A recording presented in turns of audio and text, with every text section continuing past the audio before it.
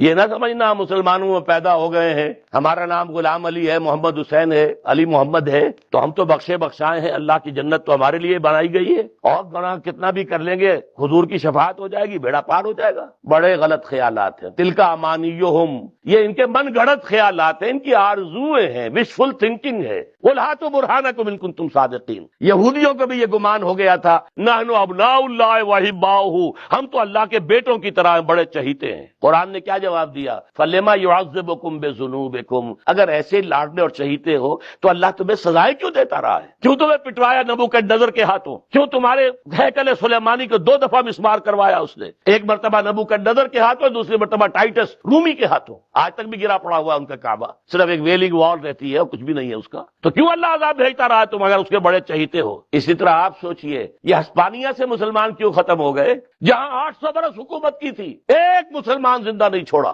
یا قتل یا جلا دیے گئے، یا بحری جہازوں میں بھر کر اور لے جا کر شمالی افریقہ کے ساحل پر ڈمپ کر دیا گیا۔ پورا ملک خالی، جہاں 800 برس حکومت کی تھی۔ یہ عذاب کیوں آیا؟ ایسے ہی لاڈلے ہو تو؟ یہ کیوں تمہارے اوپر انگریز آ کر مسلط ہو گیا تھا؟ ایسے ہی لاڈلے ہو؟ ہندوستان تو تمہارا تھا، تمہاری حکومت تھی، ایسے لاڈلے ہو تو کیوں آ گیا وہاں سے؟ ایک کافر قوم آ گئی، تم پر مسلط ہو گئی۔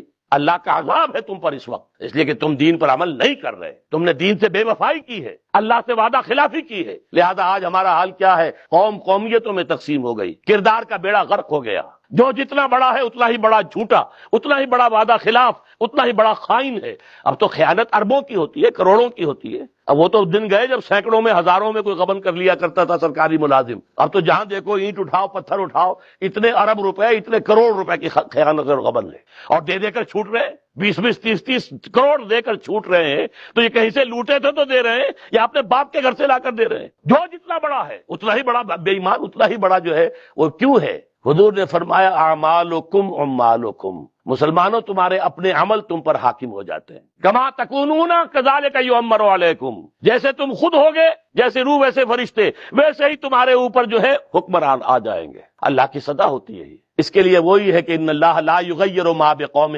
حتی یغیروا ما بانفسہم، خدا نے آج تک اس قوم کی حالت نہیں بدلی، نہ ہو جس کو خیال آپ اپنی حالت کے بدلنے کا۔ تاثیر اللہ کے ہاتھ میں، میرے ہاتھ میں نہیں ہے۔ حضور نے فرمایا تمام انسانوں کے دل اللہ کی 2 انگلیوں کے مابین ہیں، جدھر چاہتا ہے پھیر دیتا ہے۔ اللہ تعالیٰ دلوں کو پھیرے۔ ہم نے جماعت بنائی ہے تنظیم اسلامی، بیعت کی بنیاد پر بنائی ہے۔ اصول یہی ہے، پہلے اپنی معاش اور معاشرت کو درست کرو، پھر ایک شخص سے بیعت کر کے بنیاد مرصوص بنو، اور ہماری ساری دعوت کا مرکز و محور قرآن ہے۔